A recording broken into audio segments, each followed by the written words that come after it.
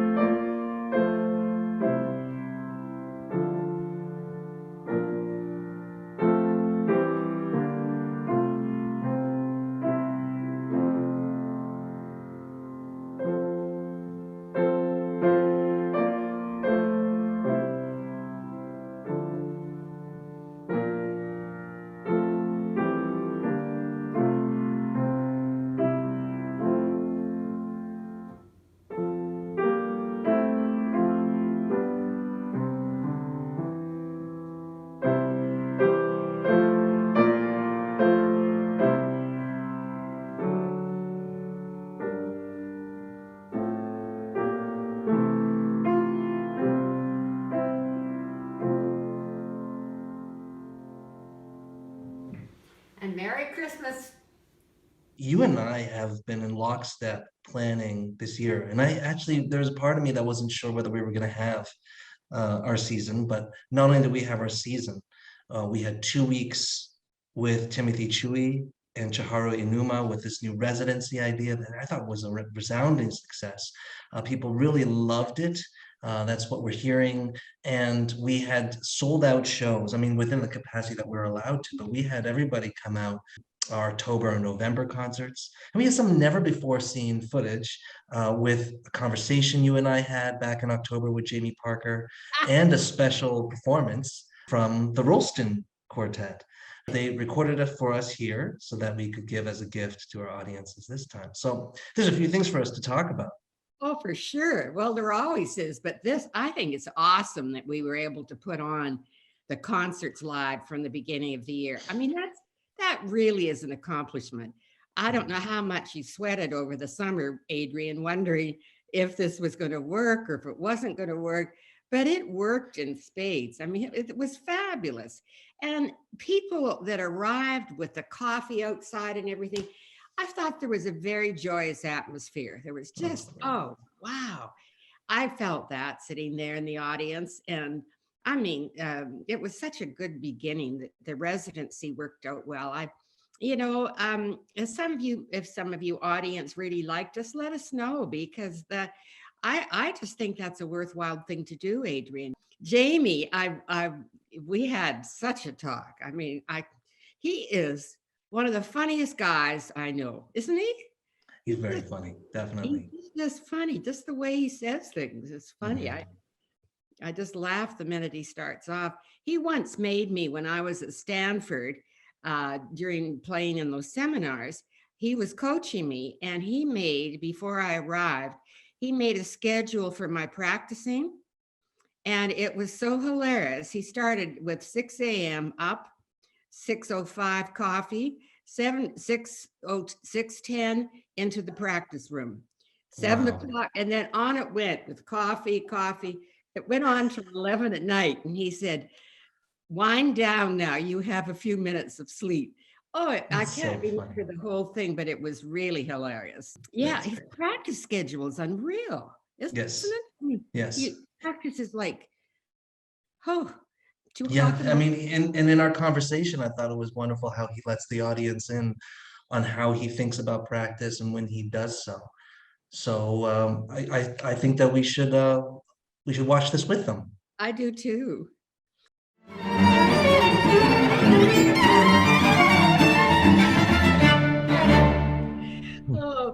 Yeah, Jamie, it's such an interesting program you've got lined up. What's all this about? Tell me.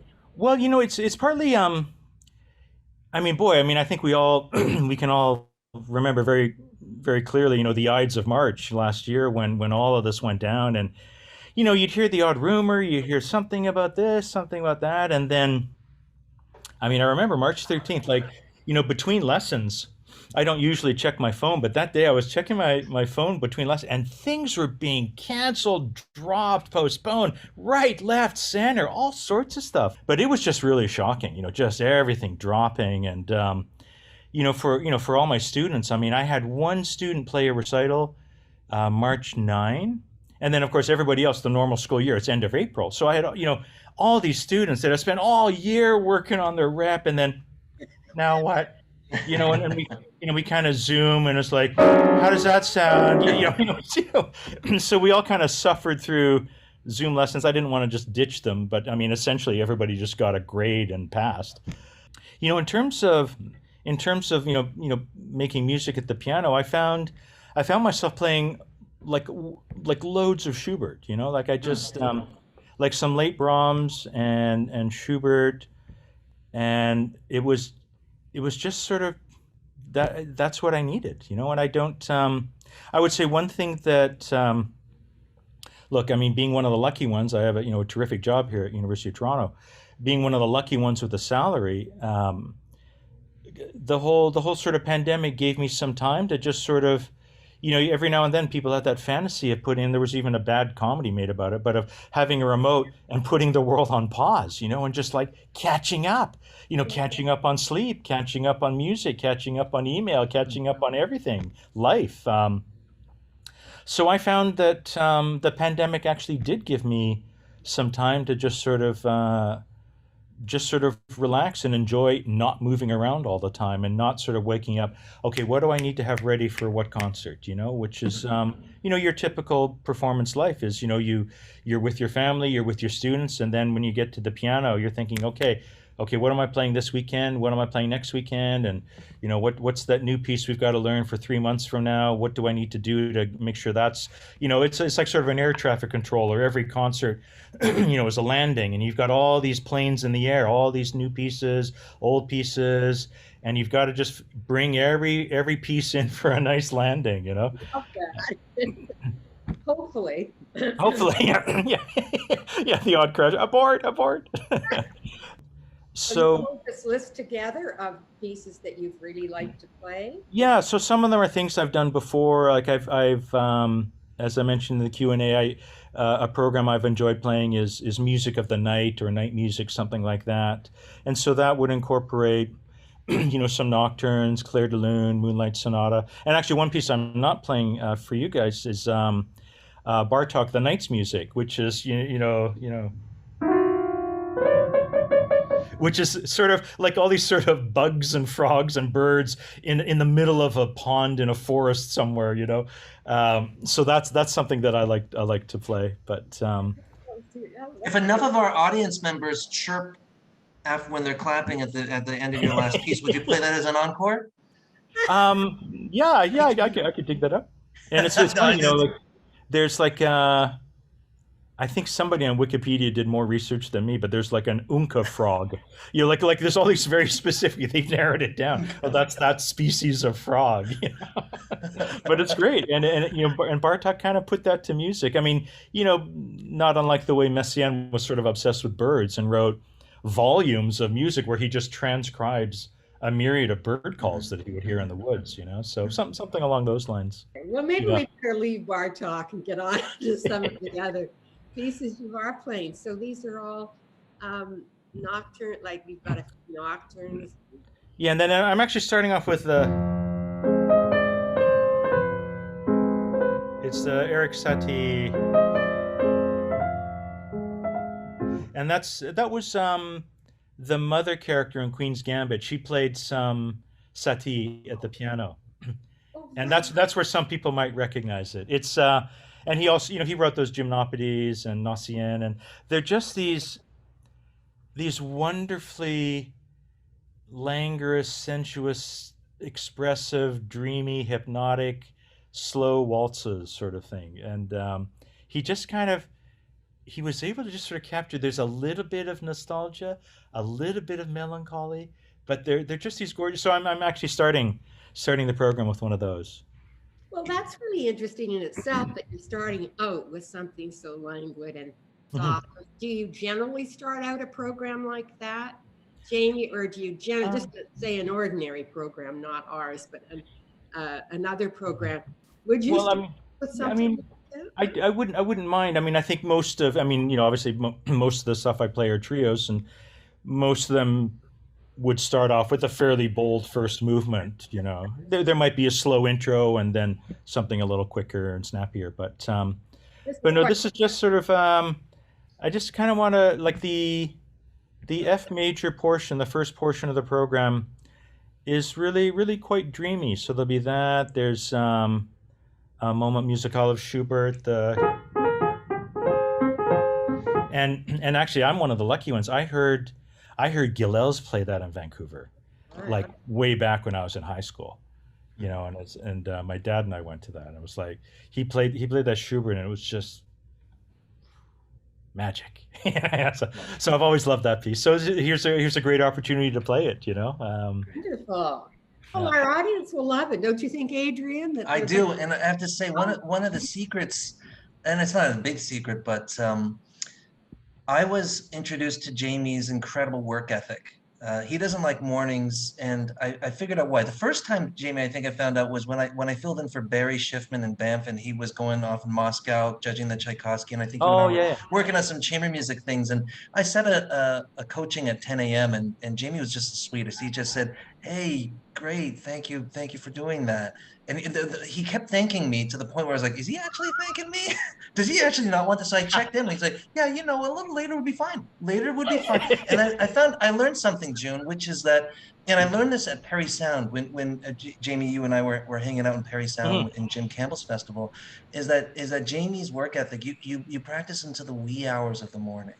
My typical day, I mean, I get up as late as possible, and then I'll teach 4, 5, 6 hours straight, and then go home, and then we'll make dinner, have dinner with the kids, and then quite frankly, I usually hit the couch for like a half hour, something, sometimes a bit longer, and then up at 9:30, and then I'll have like a double or quad espresso, and then practice till 2:30. So Really? that's pretty much every day. I mean, there'll be a nice dog walk in there around 1 in the morning, something like that. But it's practice and email from about 9:30, 10 until 2:30. Well, that's good. Well, I just think it sounds wonderful. And then you're ending with a Beethoven. Yeah, so Moonlight Sonata. So I mean, and actually I remember one time, uh, Adrian. This I think one of the last times I played it. Perry Sound, and so so I finished the concert, and Moonlight was last, and then an audience member asked me. He said, "Yeah, excuse me, what was the piece you played after Moonlight Sonata?" I go, the second and third movements. Because enough people only know the first movement, but I was really puzzled there because and then it hit me. Jamie, do you remember I think it might have been the same solo recital. It was in like you were about 2, 3 pieces in, and June, this was one of the great, like it was just such a great, this is the reason why I thought Jamie would be just great if we could get him. And I'm so lucky that we got him. He's one of the busiest pianists I know, and yet here he is being able to spend a week with us. But I got the idea because I saw him play this same recital in Perry Sound. And do you remember, Jamie, in like in the middle of your recital, somebody started talking to you just out of the blue, Yeah, right? yeah, yeah. You Like remember just what? like it was like, what's your favorite piece? So of course, I mean, look, I mean, you have two reactions. Part of your reaction is you're not allowed to talk to me, and then the other reaction is you want to be inviting and welcoming to people. So go. Well, I kind of like all of these ones. Yeah. I don't know what I'm saying. Jamie, the way I remember it is it was the perfect answer. They said that everybody was just like, because Jamie was June. Jamie, I think you're even just like in the upswing of playing the next piece. Excuse me, what's your favorite piece? And then Jamie stopped and he turned, and I don't remember if I misremembered, but I just remember Jamie just looking calmly over and said, "The next one." And then you That sounds yeah. That sounds right. Oh, isn't that lovely? Oh, that's a beautiful story. Oh, well, I think our audience music, well, you've played for us many times, Jamie, but it's a very engaged audience. Wouldn't you say they're Oh, absolutely. You know, and actually, well, you know, one thing, and I remember, I remember sort of cracking you up, June, in the early days of Music in the Morning, because one of my favorite things to do was, you know, because you'd be sitting there in the front row for all of them. So, you know, so we come out on Tuesday, and you say to the audience, and you know, just in case any of you are wondering, you're the lucky audience. I am fresh. I am ready to play. Today's going to be great. Tomorrow I'm going to be a little jet lagged. The next day I'm going to be even more tired. By the time Friday rolls around, I'm not even going to care how I play. And you would just be going, ah. And then of course, you know, Friday rolls around. It's like, just, you're the lucky audience. I mean, Tuesday I was jet lagged. It was so sloppy. I mean, you know, yesterday was kind of like a rehearsal for today, you know, so it was always kind of fun, sort of, you know, knowing what to say to each day. I love that. I remember it. I just remember that. It's just great. Well, you never know what's going to happen when you walk on stage. So No, you don't. And actually, I haven't been there since the nice renovation. Oh, I wonder. Yeah. You haven't seen the renovation of Kerner Hall in Vancouver Academy of Music? No, I haven't. I haven't. Okay. So it's been a number of years. So I'm looking. I mean, I think I've seen foot. It seems to be a sort of a lighter tan beige. Oh, It yeah. is. And Yeah, it's- it looks terrific. Hall now, isn't it, Adrian? That's a real hall. I mean, I think, yeah. And the warmth is still there, Jamie. I know Yeah. a lot of people like the warmth, but there's more clarity as well, I feel. Okay, good, Yeah. good. well, do you think Vancouver, you had a good bringing up in music, Jamie? Oh, absolutely. I mean, look, I'm a left coaster at heart. You know, I mean, look, Toronto's been great. I mean, I have wonderful work. I have wonderful colleagues, students. You know, my boys are born here. I mean, I love Toronto. You know, but I'm still a left coaster at heart. And Oh, you know, good. I think back. You know, I was just talking to my sister on the weekend. You know, we went to elementary school with the kids of the first captain of the Vancouver Canucks, Orland Kurtenbach. And so I mean, I was a Canucks fan literally from day one. Still waiting for the first cup. Yeah, aren't we all? Still waiting. Yeah, it's not And I still hate Boston. I think we were really robbed there. I mean, not that I'm bitter, but I hate every sports team from Boston. Well, I do too. This is good. We've had this conversation. And honestly, you know, when we lost Game 7, I was in a bit of a funk. I was in a bit of a sour mood for about a year. I mean, for me, that's not so bad. I'm generally not too grumpy, but it was a tough year to slog through, knowing how close we'd come. You know. I know, because we sort of knew that it was going to be a while till they rebuilt. Yeah. Oh, good. Well, Let's talk about something else. But, I guess but there's always this year. There's always this year. Oh, we love you, Jamie. Thank you so much for checking in with us. We can't wait to see you. Absolute pleasure. It's great to see you, Adrian. Lovely to see you, June. And I guess we'll see you soon, eh? Yeah, absolutely. Thanks a lot for your Excellent. Okay. Take care. Thank you. You bet. See you later. Bye-bye. I think it's great, this new thing that we're doing, June, where we're taking videos of our artists, not just in terms of performance, because we have performance videos as well, which will come out in a later feature that our audiences will hopefully enjoy. But to have conversations like this when it's a little difficult. I remember you used to do Noon with Junes, where everybody could get into a room and have a sandwich and a bottle of water or coffee, and here you speak with the artists. And in this COVID age, it's actually hard to do. So now we're trying to do it another way, to get it to them in an on-demand way through our Zoom sessions. And thank you so much for leading in this way, June. Oh, well, you're welcome. I just love it. I think it's just a fabulous way. I never want to lose touch with our audience, our people, and anybody new that's watching this. Well, having the Rolstons over was fun. I mean, having 4 people in an interview is a challenge in itself, isn't it? I mean, you've got 4 people, and they're very kind to each other. I mean, they really let everybody talk, didn't they? They were so friendly, and I think it's great for the audience to see how they go at things too. I mean, they talk quite a bit, I think, about their music making and rehearsing. We always get some really good information as well as the laughs, don't we? Yeah, I like that, because we always get something that's just a little bit inside the performance that they worry about this or worry about that, or what they feel they've done well or haven't. So this was a good thing that you asked them to do. It's a great idea. Yeah, terrific. And so this, what the audience is going to see is the Rolston descending upon your home. Yeah. And it's a beautiful space. Thank you so much for doing that, and for offering up the space and to speak with them. And they also recorded something special, so we could end this special little merry music moment from Music in the Morning this week. Well, Merry Christmas, Adrian. You too, June. I can't wait to see you in January. Fingers crossed. Me too. Well, you had quite a morning getting started, getting your that was fun, wasn't it? Yeah, wasn't it? Yeah, we planned all that, just for amusement. Yeah, just some light theater for the camera. Can you tell us what happened? Sure. So this morning, my Bluetooth pedal that turns the pages, it just decided it wasn't going to do that.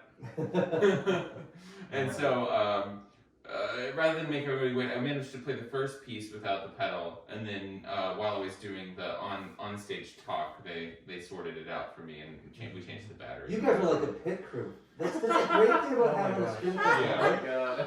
I was just like, y'all deal with this, and I'm gonna just I'm just gonna be on the mic until it's done, until it's fixed. We were performing when they were fixing that.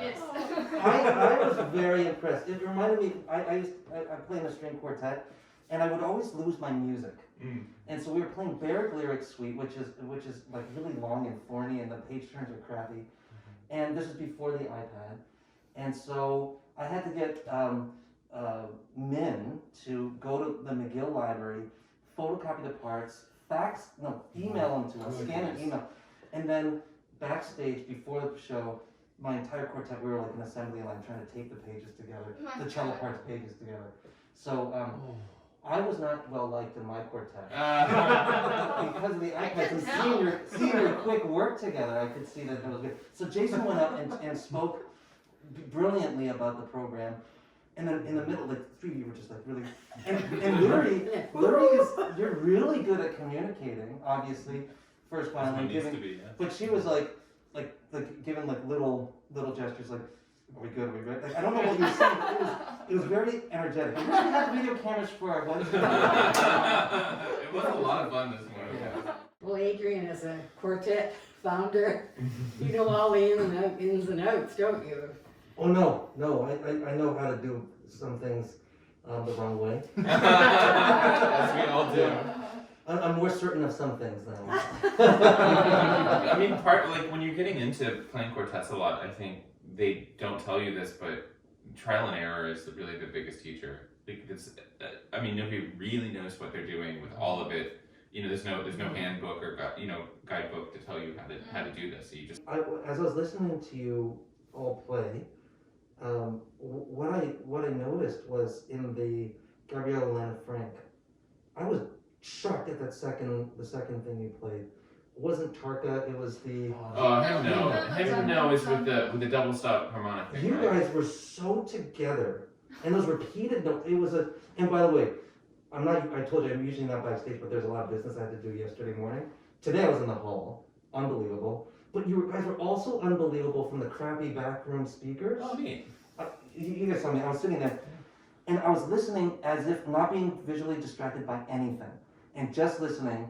It was clear, it just, it was over a PA system, and I was just like, that's record, like, worthy. Like, it was together, like, I've been in concert halls, like, recording, and just be like, oh my goodness, like, how do we get that perfectly together for that long? It was perfect. You'll hear it too. We recorded it. You'll hear it. But I thought it was like you really shine on the basics of quartet fundamentals. Like you guys have that in spades. And Well, that's so funny because I feel like that's what we're struggling all the time.